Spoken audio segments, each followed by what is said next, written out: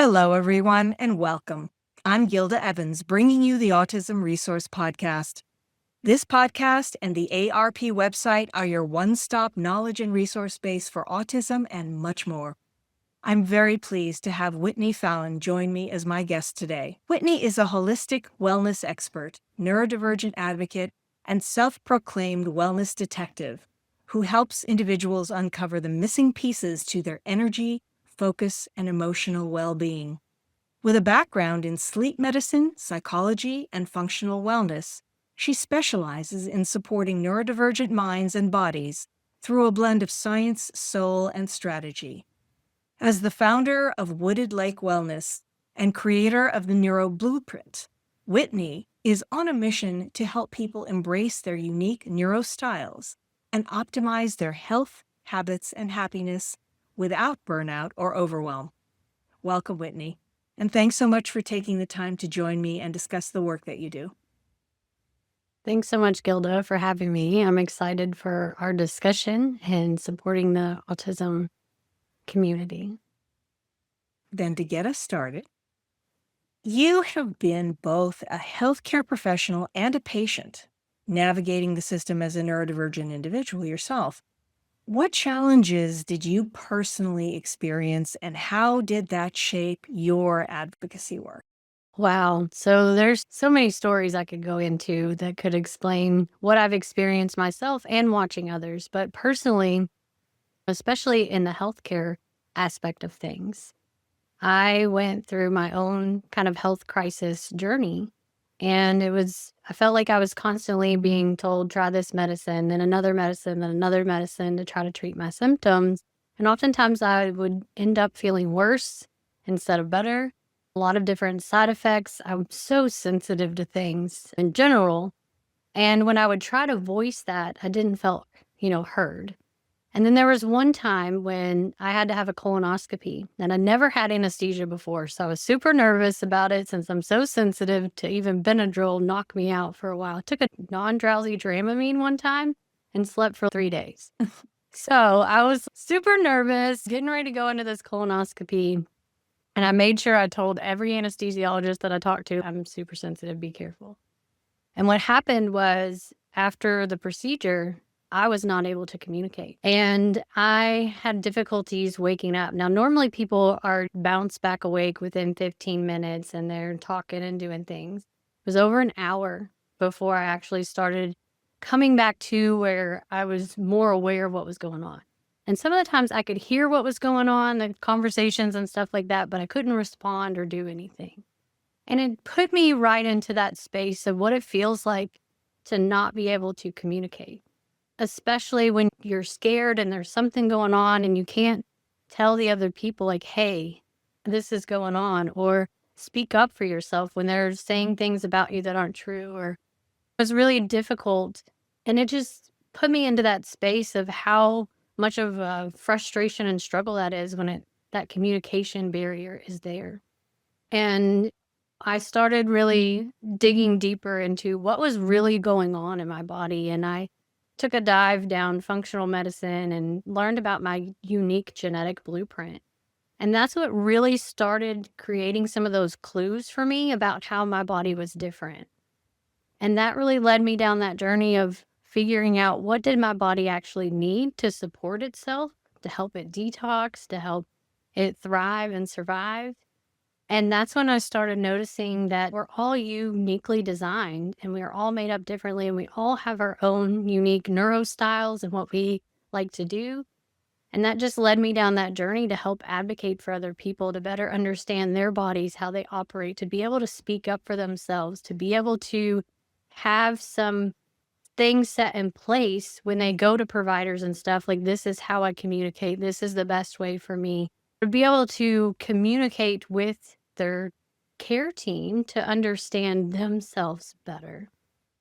And I think that's what we really need with a lot of the autism support and resources, because a lot of what's been built up in the past has been about cooperation or about different standards than basically understanding that unique person. And I think it's important that we need to get to an understanding level of them to be able to support them better. Absolutely. I couldn't agree with you more. Of course, what you're saying applies to everybody, but especially to a person who might have communication challenges and may not be able to communicate as freely or as succinctly or clearly as they might like to. This is especially important. And so that leads me into my next question. As you're expressing and as applies generally to so many other people who feel frustrated when standard health advice doesn't work for them. And building on the experience that you've just described, how does that influence the way that you approach wellness for neurodivergent individuals specifically? So, neurodivergent brains, like I was saying, they're unique and they're designed differently than what the world sees the neurotypical kind of way. And also, our bodies act differently. And so, what I was mentioning before, that neuro style, we all have different ways of processing things. So, one of the big things that I do is making sure to really have those open communications and find out sometimes with the family involved and stuff to help, how do people process things? How do they best understand things? Are they a visual learner? Do they have to feel things? Do they do better hearing things? Which kind of learning styles do they have or processing styles do they have? I know for me, sometimes if I'm in a conversation, I'm take a little bit longer to respond because my brain is going in so many different directions to try to figure out what's the thing that I want to really say with that. So sometimes I have a pause and people are like, "Did you hear me?" And I'm like, "Yeah, I heard you. I'm just like processing what I want to respond with." To really have that intake where you can really understand that person and how they best communicate. And sometimes how is it that they communicate to you as well?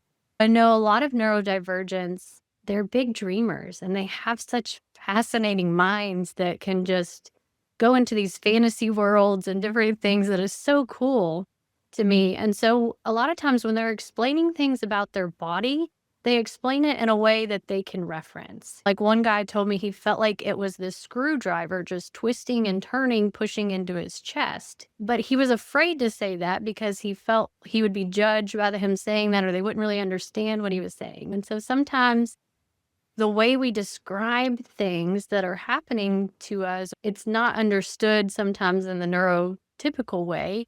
Oh, that didn't really happen. It may not have really happened, but that's how I experienced it. So I think just really getting onto their level and understanding that communication is not always literate, but then sometimes you have to be more literate when you are telling them things that you want them to do or specific tasks or things like that. Sometimes you have to be careful how you present and communicate with them about their care as well, because sometimes it can be taken in a different direction. So there really needs to make sure there's some clarity. And like I said, sometimes even that processing, like sometimes they may have to leave the office, then they process it and then, oh, now I have questions because maybe my brain shut down or I couldn't process and respond when I was in the office, but now I have those questions. So how to be able to accommodate that with also it not being like them flooding the providers with tons of questions, but being able to open that communication barrier, I think is the biggest piece. Absolutely. I think it's one of the major obstacles that some people encounter is how to make that communication happen in such a way that it serves their particular purpose. And the communication happens with clarity and with understanding. And anything that can help facilitate that is amazing. So I recall that in an earlier comment, you mentioned genetics. And I want to touch on that for a moment. How did exploring your own genetics and functional lab testing change the way you approach health? And what insights do you feel that the 3x4 genetic blueprint provide that traditional medicine will often overlook? At first, I was like, oh, I don't know if I want to do a genetic test. I don't want to find out all the bad things about me. But it definitely wasn't that. It actually was a pretty cool way. I like to investigate and research things. So it was a good way for me to better understand that. And one of the big things was understanding how our bodies methylate. And I know we didn't really touch much in this in nursing school and nurse practitioner school and stuff like that either. But it is such a key important process of how our bodies can detox, how we metabolize hormones and different things. And when I started really researching that, there were a couple of different genes that popped up in mine. I had two different versions of the MTHFR gene. And when I found out this particular type that I had, my functioning status of that was way less than what it should be. Even some people with a mild, about 48% of people have some mutation in one of those. But I had some rare mutations of both that it only like 25% functioning compared to even if you just have one, it's 80% functioning. So that's a big difference. And so that explained a lot of me growing up, how I processed hormones and went through puberty and all the different hormonal stages in life. It helped me to understand certain foods and nutritional things that I didn't respond as well to. How when I was younger, I had horrible reactions to vaccines. And even older, I'd never had the flu vaccine until I went to nursing school. And when I had that vaccine, I had this horrible rash for months that wouldn't go away. And it affected some of the foods that I ate and different things. And it was just wild to see that a lot of my genetics played a big part in that. And when I actually started researching more too about the genetics, most of the time our DNA is not really our destiny, I say, but it's more that blueprint of what can happen. And some of those genes stay turned off. And then sometimes some things happen and it turns that light switch on. And when that light switch goes on, then it starts doing crazy things that it's not supposed to do. It's like having the strobe lights going on and the light switch turned on instead of a good, steady, calm light. And sometimes in our environmental things, that can impact some of those things being turned on. Our stress levels, traumas, different things that have been experienced in our life can then turn on those gene expressions. So then how can we control that and settle it back down when things get out of whack? For me, learning more about that, diving deeper into it, I also learned that there were a lot of genetic links to sexual abuse in women that linked significantly with a lot of autism and a lot of those genetic expressions that happen. And I myself was sexually abused when I was younger, and that was a pattern that was in my family lineage for a while as well. And so to me, that was also eye-opening, that there were some other things out there that would explain what was going on with my body, that it wasn't just, I'm just this way or this diagnosis. It was more like there were patterns, there were traumas, there were experiences, the environment, all the different things holistically that impacted that. So when I started peeling back the layers and I started healing in different avenues and different parts of that, that's when my body started operating better. I felt better. I was able to come off medicine. I was able to function and do more. I understood what exercises my body needed instead of wearing myself out. So it just gave me such great insights to understand myself better and how I can optimize my life in basic lifestyle things without having to add a whole lot to my regimen. But how can I adjust my nutrition? How can I improve my exercise and different things like that? Or there were some things I was deficient in that I needed to help support some of that detox pathways and stuff. But to me, that was just so eye-opening to understand myself better. And I think when we start to understand ourselves better and heal from some things, that just opens the door to us being able to communicate better, to be able to regulate better, and just unlocks so much potential. That makes so much sense, Whitney, that your genetics are there, they're a part of you, but it's not locked in stone. Science has shown us that a portion of our DNA is definitely malleable, and that environment has a huge impact on how those genetics, on how that DNA is activated and how it presents, and the effect it has on our emotional state, on our physical state, on our well-being in general. So to me, that makes a whole lot of sense. We've already established that many autistic individuals and caregivers struggle to have their needs heard. by medical professionals. What strategies have helped you advocate for yourself and others? And how do you turn that switch on in a calm and practical and helpful way, as opposed to a way where it's just bouncing off the walls? One thing for me is really setting an intention whenever you're going to have a conversation or go meet with a provider, different things like that, making sure you're prepared. And sometimes having that in writing. I know this is really impactful for my mom. She's had seizures and different things. And so sometimes she shuts down or forgets what she was supposed to ask. Having some written things or somewhere to kind of look at, remind yourself what are the things that you did want to cover in there is super important. Like I said, also that advocacy kind of letter or communication even beforehand for providers to understand how you operate. I know with bright lights that come on in a lot of medical provider offices, that can be very overstimulating and can cause a lot more anxiety, especially if they're in the waiting room and it's super bright lighting, and that can cause more anxiety and frustration even before going into that. Maybe even being able to accommodate getting a text like we figured out with COVID you could do. To get a text to say, okay, it's ready for you to come in, and then come into the office. So you don't have that big anxious state kind of waiting in the waiting room with all these other people and all these other sounds and things like that. How can you create less stimulating environment so that it does allow some more of that calm when you are in an already worked up kind of space? Ask them to turn the lights down or have headphones or different things to help your support yourself during that is super important. But I think also, like I said, in that advocacy too, like how do you express your needs, your preferences? And sometimes for me, I use prayer. I think prayer is powerful. So I will say a deep prayer and to be able to express what I need to do and be able to protect my space when I do go into any kind of big meeting or confrontation or anything like that as well. Having some of those boundaries set in place are super important as well.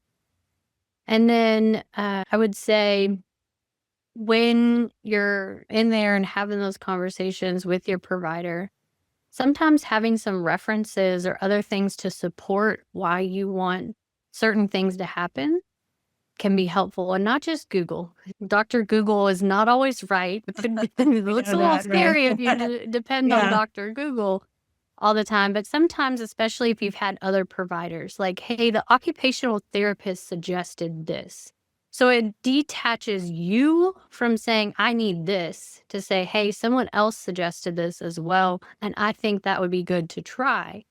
That detaches it just being you, because sometimes I know providers, they feel like a lot of patients come in and they have their demand list. I need this, don't want this, don't know that. And then they get a little overwhelmed because they're like, oh, I got to do their demands. I'm not even being able to utilize what I've learned to be able to help them. And so it should be really open communication and collaboration between the provider and the patient, not just one dictating the other.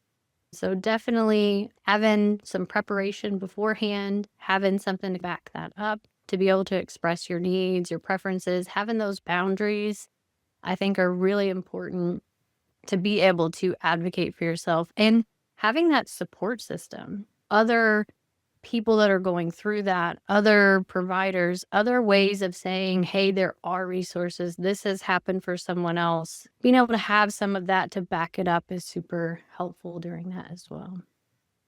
So let me ask you this. If you could change one thing about the medical system to better support neurodivergent individuals, what would it be? One thing. Ooh, All right, maybe two. one thing. Maybe two. I would say the major thing would be to have an advocacy plan that goes over their preferences, that does have that stable communication within their chart to readdress. Because just like when you have schooling, sometimes you have a plan. These are the support systems and things that you need. Having that on file to say, hey, I've already expressed these are the ways to communicate. We agreed upon that. So you have something to back it up when things don't go well. Having that support from a provider, something that can do that, can be super helpful. And there's lots of resources for you too that you can type in your preferences and it'll create a basic letter for you to express what you want to do, or doing that with a certified provider that's able to back that up and saying, hey, we have noticed this is how that is, like a speech therapist, occupational therapist, or something that can have that on file to reference and go back to. I think that would be super helpful in the medical field. And I think more education and awareness for providers and caregivers within that medical community would also be super helpful. And then for a third thing, I would say more community support measures that look at that more holistic approach of things, to have the affordability to have access to more of those different options that a lot of people who are disabled or on certain restrictions, or they're spending so much on their care and stuff like that, that they're not able to really get into the right providers or things that they need necessarily. So having more nonprofits or other organizations to help really support people who are in that gap and struggling. All right, at this point, Whitney, I want to ask, is there anything that we haven't discussed or anything in particular that you would like to add to our conversation?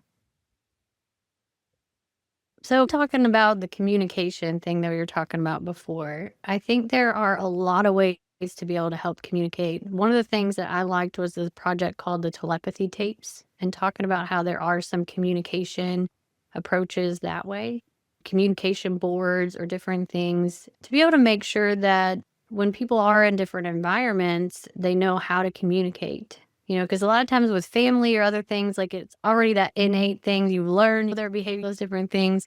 Having that advocate or support person can be super helpful with that. And the other thing to mention is there's lots of resources out there, like the autism resource community. You all have developed a lot of different things that are there to support. So definitely I recommend checking out a lot of the resources that are there. You can check out some of the resources that I have. I do have a neurodiversity ebook that just shares some basic things and does a little neurostyle that you can take a little quiz and figure out what your neurostyle might be. And that can give you a little bit of insight into that. You can find some information about me at www.wellnessrenovation, wellnessrenovation.com. And on there, you'll be able to see a lot of different information about the programs and things that we offer. I do have another site that does have some links, and I update that with workshops and all kinds of other resources too. And you can find that on Linktree. It's linktr.com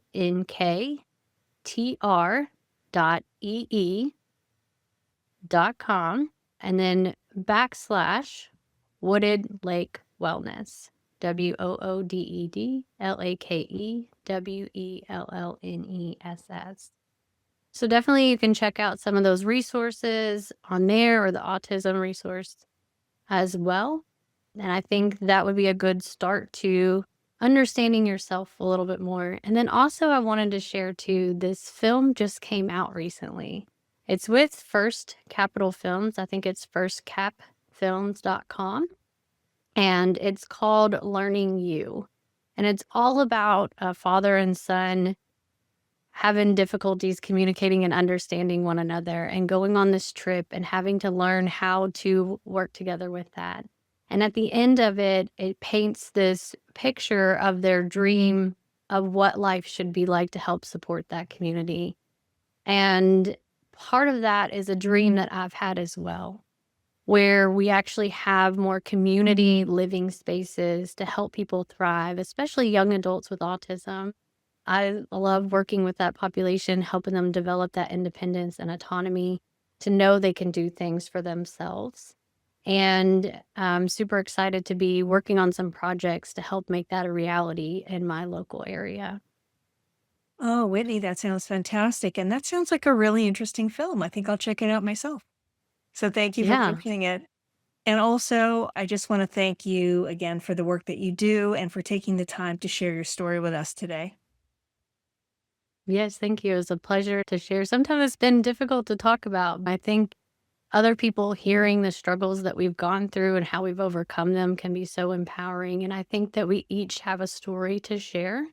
And I think being allowed to do that. And I've actually known some young adults who have autism that are non-speaking who've been able to find ways to write a chapter in a collective book and share their stories and do things. So it is possible for anyone to be able to do those things. You just got to connect to the right resources. Absolutely. Thanks again, Whitney. Thank you.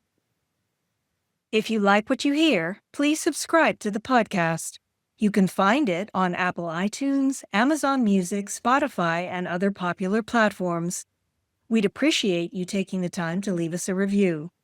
You can also listen to the podcast on YouTube at ARP Social, where you'll find bonus content. And be sure to follow us on Facebook or Instagram to get up-to-date notifications about the latest news and episodes. If you would like more information on anything else we've covered on the Autism Resource Podcast, visit us online at autismresourceproject.org/podcast.